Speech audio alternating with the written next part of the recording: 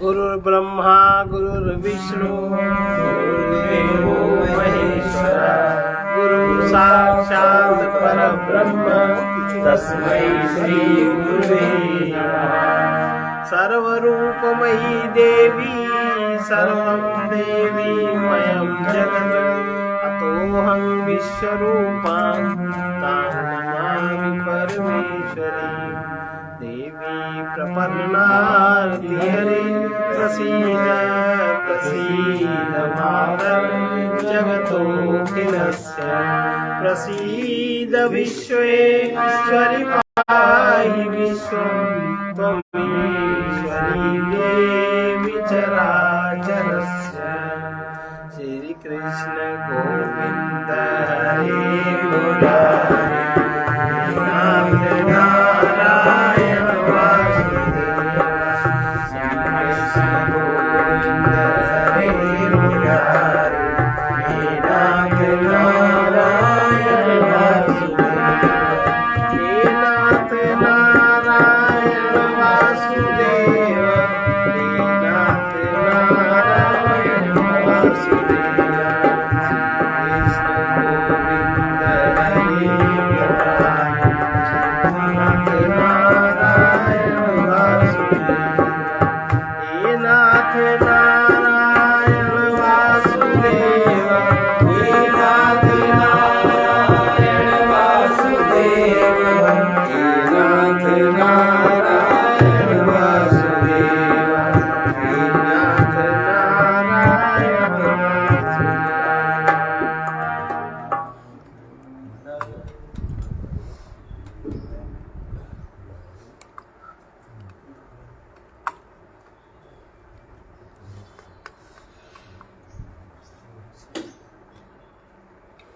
ये आज हम लोग पढ़ेंगे कि जीवन में शिक्षा और दीक्षा का क्या महत्व है। पहले शिक्षा किसे कहते हैं, दीक्षा किसे कहते हैं और इसका जीवन में क्या महत्व है। शिक्षा दीक्षा से रहित मनुष्य पशु है। अगर वो शिक्षित हो जाए, दीक्षित न हो, तो उसके जीवन में ऊर्ध्वगति नहीं होती। अगर दीक्षित हो जाए, शिक्षा न हो, तो वो व्यवहारिक नहीं होता। इसलिए ये होना दोनों बातों में मनुष्य जीवन का सौभाग्य है कि वो शिक्षित हो, सौभाग्य है। शिक्षा से बुद्धि बढ़ती है और दीक्षित भी हो, ये उसका महाभाग्य है। तो दीक्षा की परिभाषा पहले बता रहे हैं। व्रतेन दीक्षा माप्नोति दीक्षा माप्नोति दक्षिणा दक्षिणया श्रद्धा माप्नोति श्रद्धया सत्यम आप्यते किसी भी प्रकार का व्रत पूर्ण करने से, किसी भी प्रकार का व्रत पूर्ण करने से, जैसे 4 महाव्रत बताए गए और 5 महाव्रत बताए गए हैं और 5 ही व्रत बताए गए हैं 5 तरह के। ये अगर जीवन में किसी तरह पूरे हो जाते हैं तो व्यक्ति के जीवन में उसका हृदय दीक्षा ग्रहण करने लायक हो जाता है। पहला महाव्रत है अहिंसा। अहिंसा माने पूरी दुनिया में तो कोई जाता ही नहीं है। अहिंसा का मतलब है उसके जो अपने 4, 5, 6, 7 परिवार हैं, उसमें व्यक्ति अहिंसा पूर्वक अपने जीवन को जीता है। दूसरा सत्य, जो इंद्रियों से अनुभव करे, जो मन से अनुभव करे, जो बुद्धि से अनुभव करे, उतना ही कहे, अपने मन से ना कल्पना करे। तीसरा महाव्रत है अस्तेय। किसी भी प्रकार, किसी भी वस्तु में आत्मीयता न हो, आत्मीयता हो व्यक्ति में और उपयोगिता हो वस्तु। ये बड़ी टेढ़ी बात है महाव्रत में। आत्मीयता होती है वस्तु में और उपयोगिता होती है व्यक्ति में। ये उल्टी बुद्धि, यही तो चलता है। आत्मीयता धन में है ना, और उपयोगिता मनुष्य में है, उल्टा है ना। और ये आत्मीयता हो जाए व्यक्ति में, उपयोगिता हो जाए धन, अन्य जो भी पदार्थ है। और ब्रह्मचर्य ब्रह्म की जैसा सरल, पारदर्शी और प्रखर और व्यक्त, सब जगह व्यक्त होते हुए भी लोगों के लिए वो अव्यक्त है। ब्रह्म की सत्ता सब जगह व्यक्त है। अगर व्यक्त न हो तो इतने सारे शरीर कैसे चलें? लेकिन शरीरों में ऐसा मैं का अहंकार छा गया कि वो शरीर को, सब क्रियाओं को मैं समझता है, तो ब्रह्म को ढूंढता फिरता है ना। वो शरीर रूपी संस्थान में ही, वो जीवन में ही नहीं समझता कि ब्रह्म सत्ता ये कैसा भ्रम है। ये भ्रम टूट जाए, ब्रह्मचर्य व्रत हो जाए, और अपरिग्रह, किसी भी तरह के बाह्य विचारों का संग्रह, बाह्य पदार्थों का संग्रह न करना। ये 5 महाव्रत हैं, 5 व्रत हैं। शौच माने पवित्र रहना। पवित्रता में सबसे पहले मन की आसक्ति समाप्त करना, मन में सुख की आशा समाप्त करना। कहीं भी सुख की आशा न रहे। सुख तो रहे लेकिन सुख की आशा, अब यहाँ सारे कर्म सुख की आशा को लेके होते हैं। आप परिवार का पालन करते हो, सुख की आशा, एक दूसरे का व्यवहार करते हो, सुख की आशा। तो सामान्य व्रत है सुख की आशा से रहित होना। शौच, आदमी पवित्र हो जाएगा, और जहाँ वो पवित्र हुआ, उसका मन पवित्र हुआ, बुद्धि पवित्र हुई, वहीं उसमें अजीब सी क्षमता, अजीब सा समन जागता है, वो संतुष्ट रहता है, संतोष हो जाता है। और जब संतोष हो जाता है तो उसको आगत और अनागत भोग का भी ज्ञान हो जाता है। तो किस भोग को किस तरह से काटना है, भोग तो उदय होगा समय से, हर एक के साथ भाई शरीर इसीलिए है। अब कब कौन सा भोग उदय होगा, या तो रो की चिल्ला के भोग उदय, आया हृदय धड़कन बढ़ी जा रही है, या ऐसा हुआ जा रहा है, हम मर जेबे, तुम हमारी सहायता करो, तुम करो, ये सब हो गया कहानी। ये देवी देवता मनाओ, वो संत महात्मा ढूंढो। और एक है कि अपने जीवन में उच्चतर शक्ति को जागृत करना। समय रहते हम अपने जीवन में आंतरिक उच्चतर ऊर्जा को जागृत कर लें, तो जो उससे निम्न ऊर्जा वाली चीजें हैं वो अपने आप समाहित हो जाएंगे। क्या समझे? इसमें न किसी से लेना न किसी से देना, आप सही में अयाचित व्यक्ति बन जाएंगे। किसी की भी फिर इसमें सहायता की जरूरत नहीं है। ये तप है, उच्चतम ऊर्जा की जागृति तप है। ये हो जाए, ये भी व्रत है, यही फलित हो जाए। इसमें डाउन रह गए तो स्वाध्याय, किताबों का ही अध्ययन खूब करें, सब किताबें पढ़ डालें, फिर अपने आप को पढ़ना शुरू करें, फिर धारणा करना शुरू करें। और जब कुछ न बने तो ईश्वर प्रणिधान, ईश्वर की शरणागति हम स्वीकार करें, जाने अनजाने, तो ये सारे व्रत पूर्ण हो गए। अब इसमें सबकी चोरी चलेगी, कहते हैं हम तो, लोग क्या कहते हैं, हम तो भगवान के सहारे हैं, हम तो ईश्वर के। जब कोई विपरीत स्थिति आती तब पता चलता है कि इंसान का सहारा है कि भगवान का सहारा है। इसमें सब लोग झूठ बोलते हैं, और ये झूठ का पाप व्यक्ति के सिर में चढ़ के उसके प्रारब्ध को, उसकी कलुषता को और ज्यादा जड़ देता है। तो व्रतेन, ये 10 प्रकार के व्रतों में किसी भी व्रत में दृढ़ होना और वो आपके अंदर से खुलने लगे, इसका प्रयत्न करना। व्रतेन दीक्षा मापनोति, व्रत में स्थिरता से दीक्षा की प्राप्ति होती है। दीक्षा दी नहीं जाती, दीक्षा ली नहीं जाती।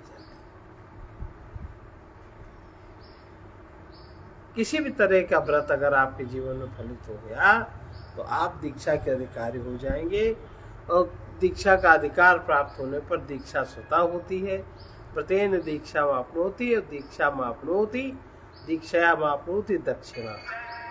और जब दीक्षा प्राप्त होती है तो उस व्यक्ति को दक्षिणा,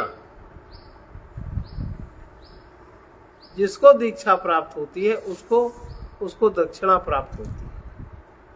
दीक्षा के द्वारा वो दक्षिणा का अधिकारी होता है। दक्षिणा, ऐसी दक्षिणा से जब दक्षिणा का सदुपयोग करता है, श्रद्धया मापो, उसके हृदय का द्वार खुलता है, श्रद्धा प्राप्त होती है और श्रद्धया सत्यम आपते, उस श्रद्धा के द्वारा सत्य का बोध होता है। ये दीक्षा है। और ऐसी दीक्षा प्राप्त हो जाए व्यक्ति तो उसका व्यवहारिक जीवन कैसे होगा, व्यवहार में कैसा होगा वो? दीक्षा पर ऐसा यही तो बताया।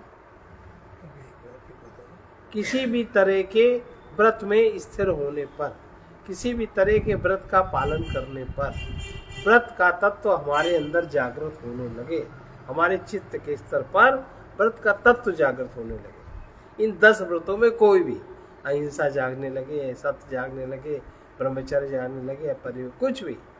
और इन 10 तत्वों में सबसे सरल तत्व है ईश्वर शरणागति।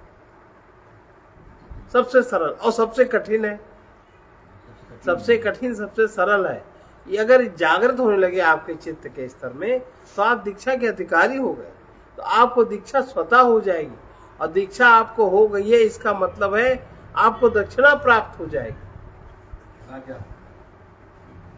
और दक्षिणा के प्राप्त होने पर जब आप उसका सदुपयोग करते हो तो आपके हृदय में श्रद्धा जागृत हो, ऐसी उत्कट श्रद्धा जिससे सत्य का बोध होता है। उस श्रद्धा के द्वारा सत्य का बोध होता है।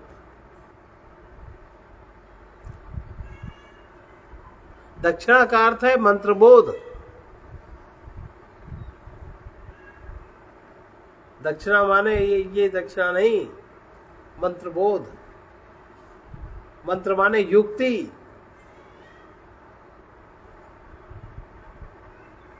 उसकी जागृति होना अंदर से।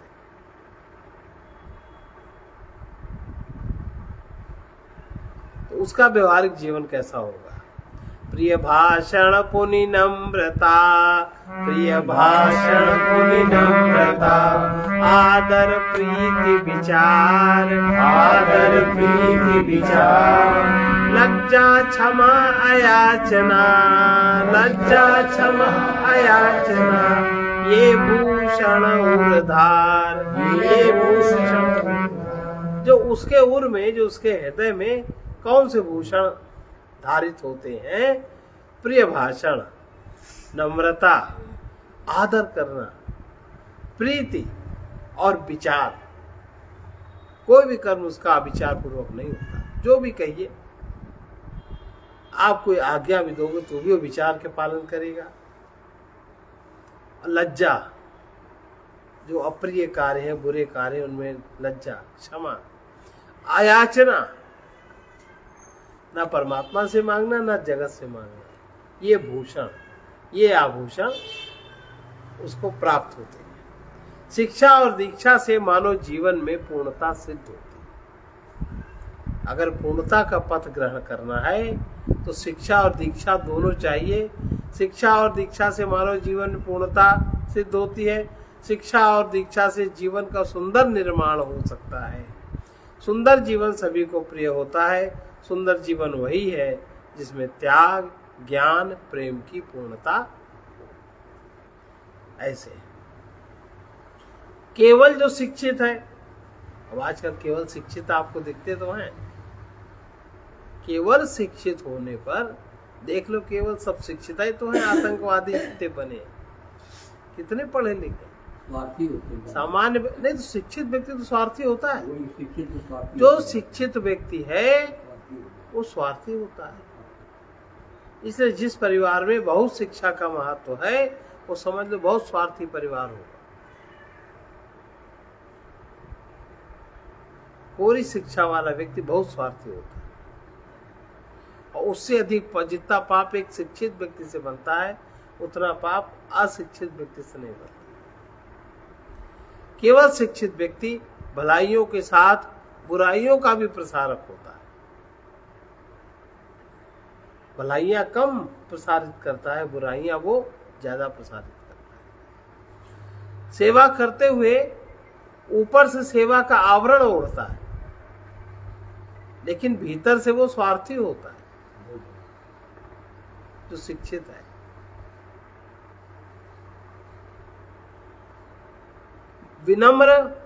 विनम्रता दिखाता है, लेकिन बहुत बड़ा चापलूस से चाटुकार भी होता है। अब बाहर से कैसी विनम्रता दिखाता है? बहुत विनम्रता दिखाता है। ऊपर से गुणों का प्रदर्शन करते हुए भी भीतर दोषों से युक्त रहता है, और वो दोष समझता भी है, फिर भी वो दूर नहीं कर सकता।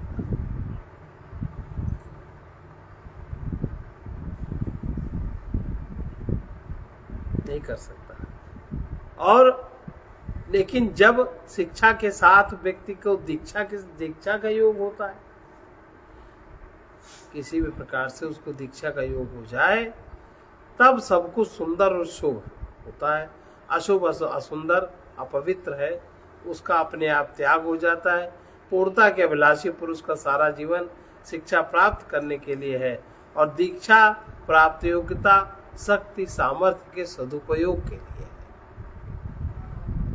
3 स्थितियां होती हैं: सदुपयोग, उपयोग, दुरुपयोग। उपयोग होता है अपने लिए, सदुपयोग होता है परमात्मा की सृष्टि के लिए या दूसरों के लिए, और दुरुपयोग होता है ना अपने लिए ना दूसरों के लिए, वो चीज समाप्त होता है। तो उसके जीवन में प्राप्त योग्यता शक्ति के सामर्थ्य का सदुपयोग आता है, जो दीक्षित होता है। शिक्षा के लिए इंद्रिय संयम और थोड़े धैर्य वीरता की आवश्यकता है, तभी शिक्षा प्राप्त होती है। लेकिन दीक्षा के लिए गंभीरता, धीरता, मन के निरोध की आवश्यकता है। शिक्षा में हमारा मन कार्यकुशल बनता है, और दीक्षा में हमारा मन निरोधी हो जाता है। क्या ये चौपाई तुलसीदास की सही नहीं बैठेगी? विद्या बिन विवेक उपजाए संभर पड़ेगी, और सही है, बैठती इसमें। सही है। हाँ, यही है। जिस विद्या से विवेक न हो, हाँ, वो विद्या बेकार है, वो विद्या बेकार, उसका श्रम बेकार है। जिस शिक्षा के साथ दीक्षा न हो, वो शिक्षा बेकार, पढ़ना लिखना बेकार। दीक्षा के लिए गंभीरता, धीरता और मन के निरोध की आवश्यकता है। शिक्षा के साथ जीवन में अगर दीक्षा न हो, तो जीवन का ध्येय अथवा जीवन के लक्ष्य का ज्ञान कभी नहीं होता। वो व्यक्ति बहुत स्वार्थी होता है। शिक्षित और दीक्षित मानो वही है जो विद्या के द्वारा सर्वत्र विद्यमान सत्य का प्रेमी हो जाए, विद्यमान सत्य का प्रेमी बने, और जो अविद्यमान असत है उसका रागी न बने। रागी होने में अविद्या का प्रभाव है। शिक्षित व्यक्ति रागी होता है, द्वेषी होता है, तो वो अविद्या के प्रभाव में रहता है। दीक्षित व्यक्ति के जीवन में विद्या जैसे उदाहरण हम आपको बता दें, आजकल का फैशन में एक चीज चली है कि जो ये पैंट बुशर्ट वाले हैं, पढ़े लिखे हैं थोड़े लोग, वे लोग जब मरने के घाट पे जाते हैं तो वहाँ वो लोग कभी कोई नहाते वहाते नहीं थे, वैसे ही घर में। और एक सवाल है, इससे क्या होता है? इससे क्या होता है? घर में आके वो अपना कहो नहाए कहो ना नहाए, इससे क्या होता है? हमने छुआ थोड़ी है, हमने छुआ नहीं।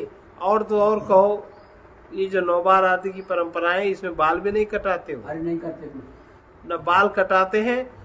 ये जहाँ सब पारिवारिक एकत्रीकरण होना चाहिए, मरने जीने पर कम से कम जितने लोग सुलभ है उतने ही हो जाएं, जितने बाहर हैं तो नहीं रहेंगे।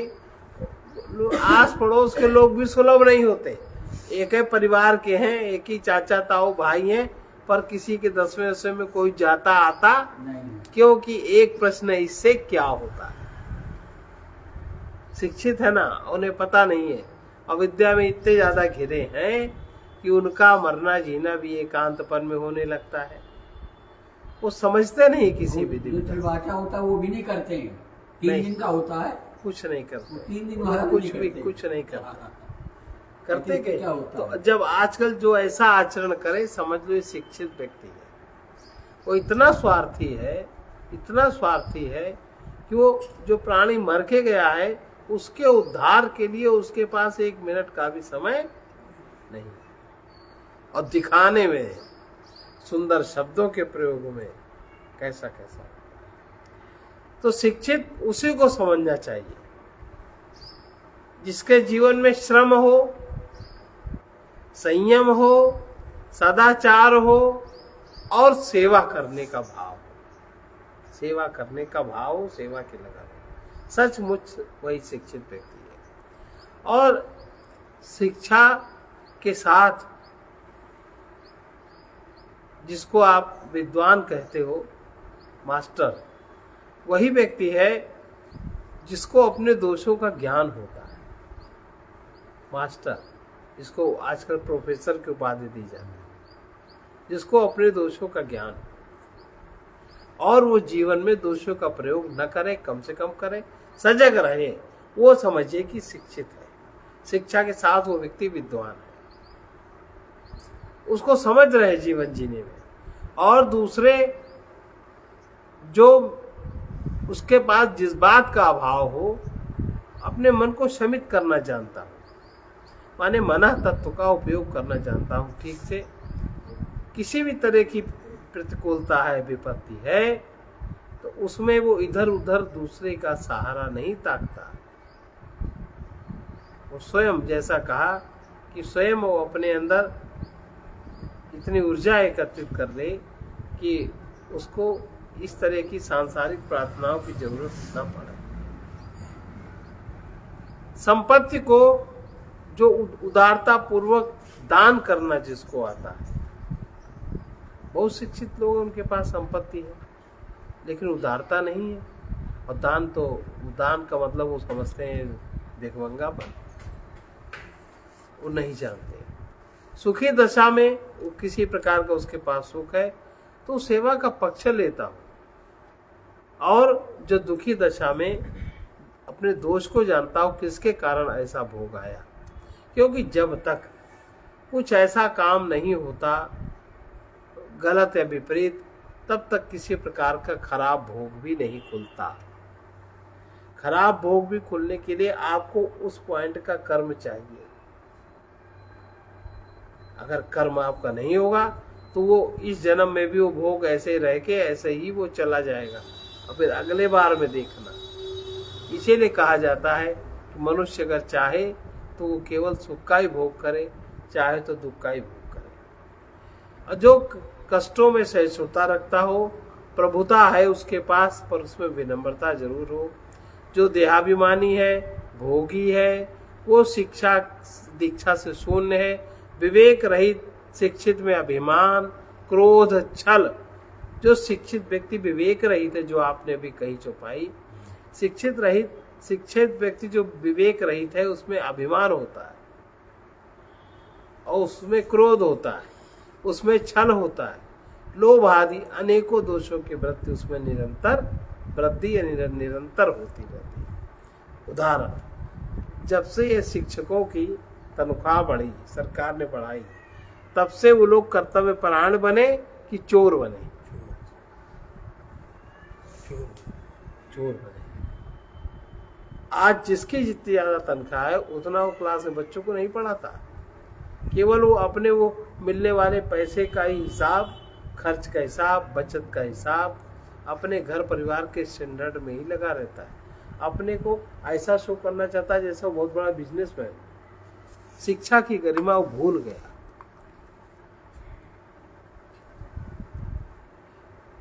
इसीलिए इससे युक्त व्यक्ति है वो छली होता है, लोभ आदि दोषों से युक्त होता है और जीवन में उसके यही दोष बढ़ते जाते हैं।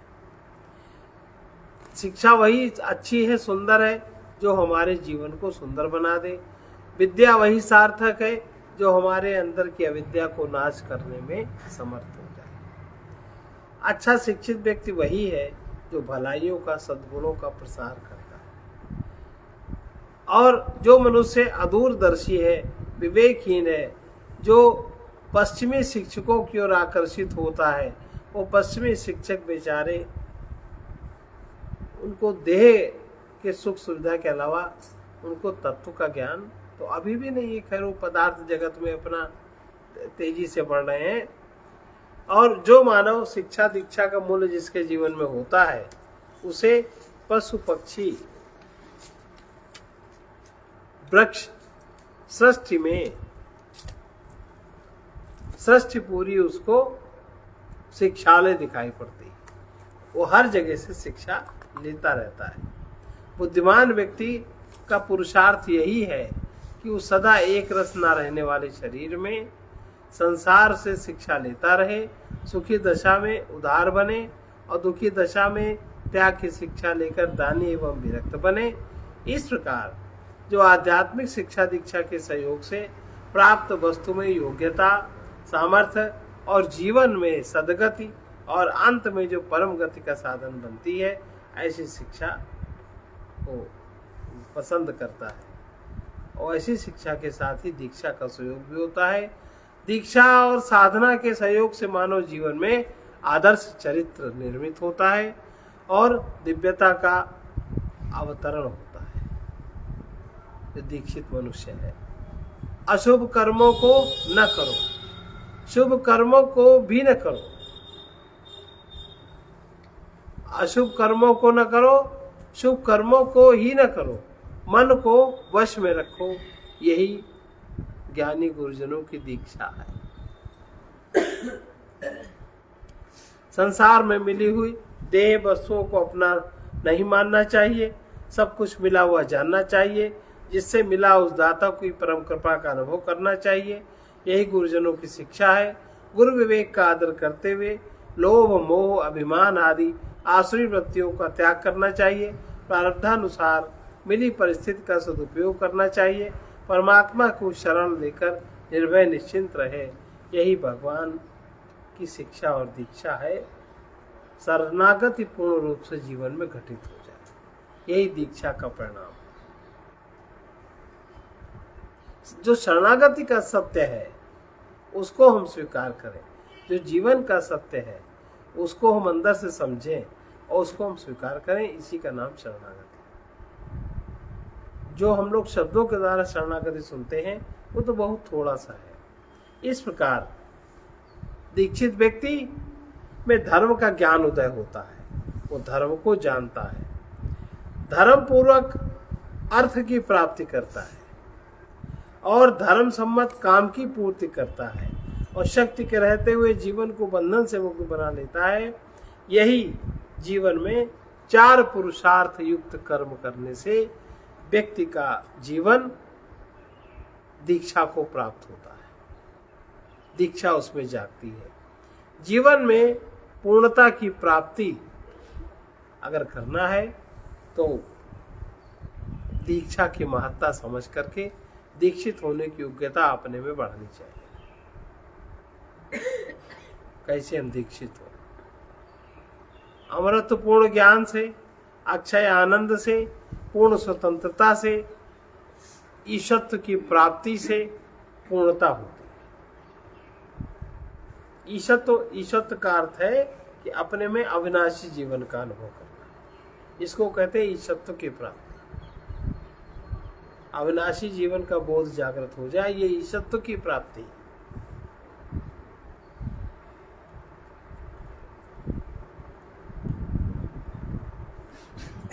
और अगर ये प्राप्ति चाहते हैं तो राग द्वेष आदि सभी दोषों को, इनकी सबकी निवृत्ति जीवन में होनी चाहिए। राग और द्वेष की जब निवृत्ति होती है तब हमें ईशत्व की प्राप्ति होती है। विवेक और विचार द्वारा मैंपन की सीमा से बाहर आना चाहिए। मैंपन की सीमा को तोड़ना चाहिए और सर्वव्यापी परमात्मा में स्वयं को लीन करके रखना ही साधक का परम पुरुषार्थ है।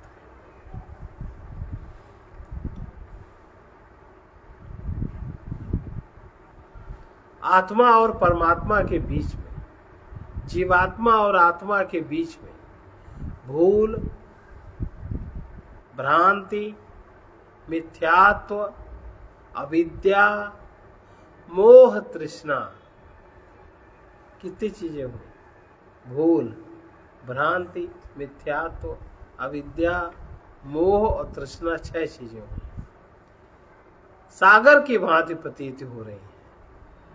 इन सब को जो पार कर जाए वही दीक्षित मानव है, और दीक्षित मानव ही पूर्णतया पुरुषार्थ कर पाता है।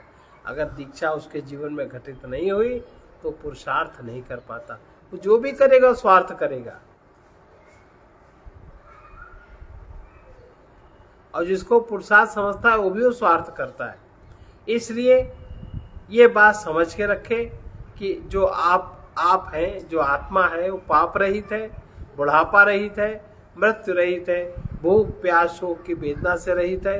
जो सत्य संकल्प है, सत्य काम है, उसे जानना ही एक जिज्ञासु का सबसे बड़ा पुरुषार्थ है, और वो पुरुषार्थ दीक्षा के द्वारा पूर्ण होता है।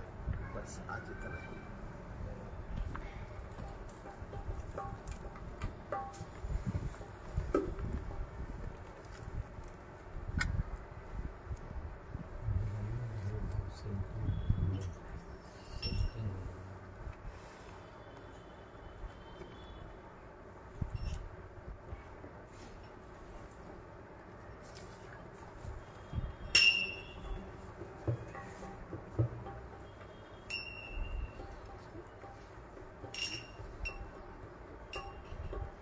मुश्किलें होती हैं आसान बड़ी मुश्किल से, मुश्किलें होती हैं आसान बड़ी मुश्किल से, समझ में आता है अज्ञान बड़ी मुश्किल से, समझ में आता है अज्ञान बड़ी मुश्किल से, दुनियावी ज्ञान के गरूर में सब भूले, दुनियावी ज्ञान के गरूर में सब भूले हैं, कोई होता है निरभिमान बड़ी मुश्किल से, कोई होता है निरभिमान बड़ी मुश्किल से, मुश्किलें होती हैं आसान बड़ी मुश्किल से, मुश्किलें होती हैं आसान बड़ी मुश्किल से, समझ में आता है अज्ञान बड़ी मुश्किल से, समझ में आता है अज्ञान बड़ी मुश्किल से, जहाँ इंसान में हैवानियत छिपी रहती, जहाँ इंसान में हैवानियत छिपी रहती, देख पाते कोई विद्वान बड़ी मुश्किल से, देख पाते कोई विद्वान बड़ी मुश्किल से, कोई होता है निरभिमान बड़ी मुश्किल से, कोई होता है निरभिमान बड़ी मुश्किल से, मुश्किलें होती हैं आसान बड़ी मुश्किल से, मुश्किलें होती हैं आसान बड़ी मुश्किल से, कभी ईश्वरी विधान गलत करता नहीं, ईश्वरी विधान गलत करता नहीं, मगर होता है इत्मीनान बड़ी मुश्किल से, मगर होता है इत्मीनान बड़ी मुश्किल से, देख पाते कोई विद्वान बड़ी मुश्किल से, देख पाते कोई विद्वान बड़ी मुश्किल से, मुश्किलें होती हैं आसान बड़ी मुश्किल से, मुश्किलें होती हैं आसान बड़ी मुश्किल से, जो कि बलवान रूपवान झूठावान बना, जो कि बलवान रूपवान झूठावान बना, वही होता है आत्मवान बड़ी मुश्किल से, वही होता है आत्मवान बड़ी मुश्किल से, मुश्किलें होती हैं आसान बड़ी मुश्किल से, मुश्किलें होती हैं आसान बड़ी मुश्किल से, समझ में आता है बड़ी मुश्किल से, समझ में आता है अज्ञान बड़ी मुश्किल से, किसी की आत्मा परमात्मा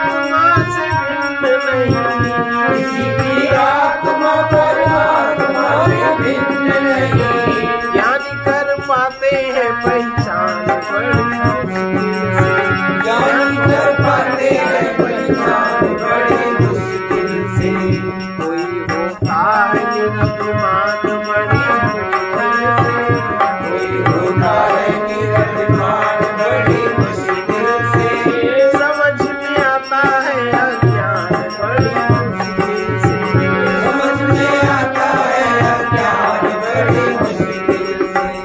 किसी भी साधना से चित्त शुद्ध होने पर, किसी भी साधना से चित्त शुद्ध होने पर सुलभ हो जाते हैं भगवान बड़ी मुश्किल से।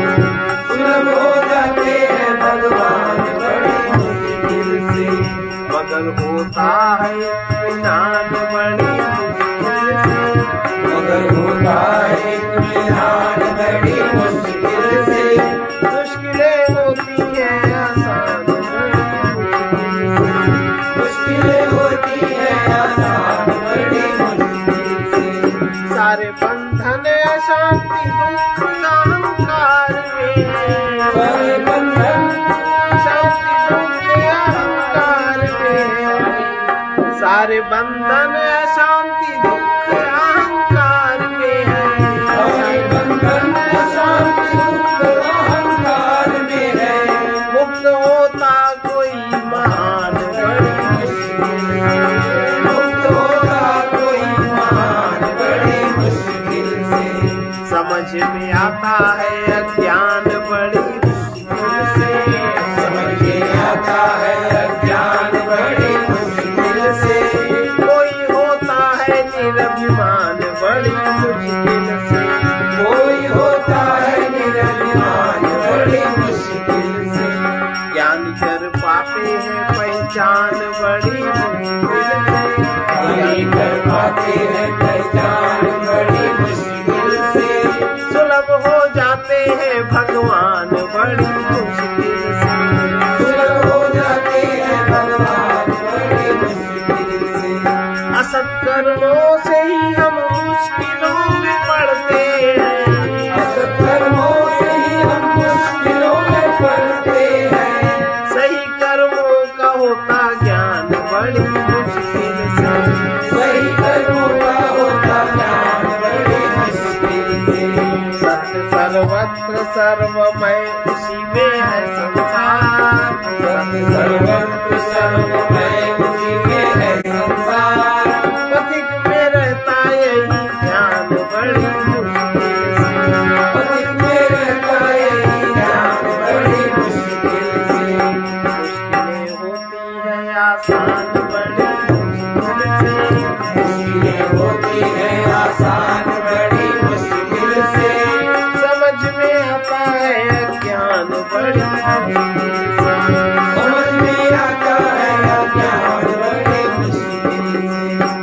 परमात्मा सर्वत्र विद्यमान है। बस ये अगर खुल जाए द्वार, उसी को दीक्षा कहते हैं।